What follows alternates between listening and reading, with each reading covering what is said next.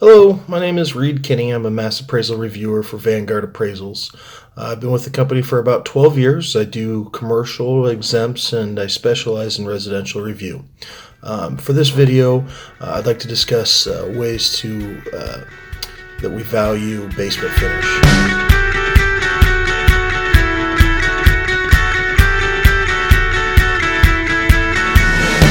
Question that I get asked a lot while out in the field is, what counts as a finished basement? There's several different answers because there's several different types of basement finish. The basement finish consists of three main components: flooring, wall finish, and ceiling finish. More factors go into this, but those are the three major components. Other factors such as walkouts is another adjustment we can add to that as well, which would affect the value we would put on that.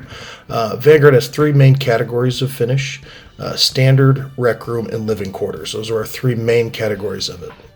And additional to that is you can also add an option for walkouts to add additional value.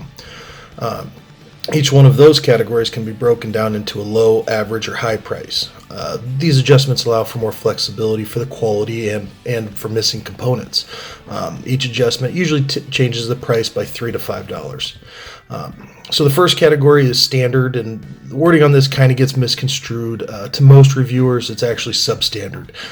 We typically only use this if the basement is only partially finished. For example, if you have flooring and ceilings but no wall finish, no partitions, we might go to standard at average or standard at low. Maybe you just have some paneled partitions but no ceiling finish or wall finish. Same thing, we go standard, maybe average, maybe low. Rec room is the second category. We typically use that if you see most of the components and it's just one singular room, one open rec room. Flooring, walls, ceiling, we'd say it's rec room at average. Could be even just one bedroom down in the basement. Flooring, ceiling, wall finish, rec room at average typically. Living quarters is also referred to as multi-room finish, and it's just that, it's multiple rooms. Living quarters is typically when you see the basement finish is similar quality to that of the main floor. You see that mostly in newer houses where you have large open rec rooms, a bathroom, a couple of bedrooms. That's typically when you see the living quarters. Another factor that Vanguard takes into account when we value basement finish is kitchens, kitchenettes, bar areas. If these are typically present in the basement, we would usually go to a higher price. That adjustment accounts for the extra cabinetry and countertops. Now, the caveat to that is once you get into the higher grade homes, 2 grades better, these items are somewhat standard in those prices because basement finish is adjusted by the overall grade of the dwelling. For that reason, if I see like a 1+5 and it's got a kitchenette down in the basement, I'd still consider that average finish. It's average for that quality of a house. Maybe if it has a commercial grade bar or a full kitchen with all the appliances, or maybe a high-end theater, then I would consider going to a high price. Another thing to watch out for is try not to let the condition of the basement finish affect the quality. Something like that, you see a 70s built house, the first floor has all been remodeled, might have new siding or windows or something, but the basement is all original. That's not necessarily low quality finish, it's just in a different condition. That should be reflected in the overall condition of the home. And another question I get asked is, why does it matter if the basement's finished? Well, simply put, it's value. We're here looking for value, and basement finishes add value. Lower quality finishes with lesser components, they offer less value than higher quality finishes. I use a simple reference to illustrate this. If you have two houses that are similar in all other characteristics except for the basement, which one would a typical buyer pay more for?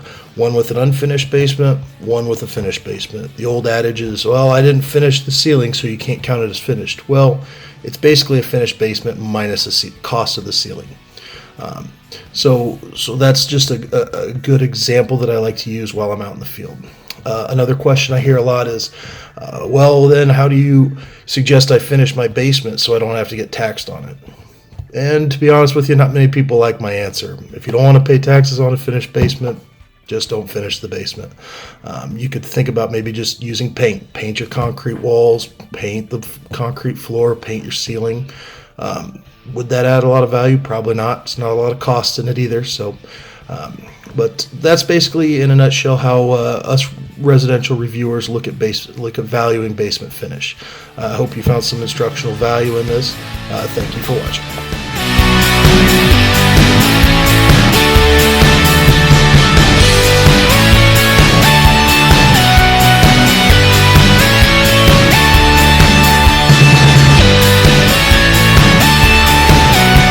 For more information about Vanguard Appraisals, visit us on our website at kinnevision.com. Make sure to subscribe below for more upcoming videos.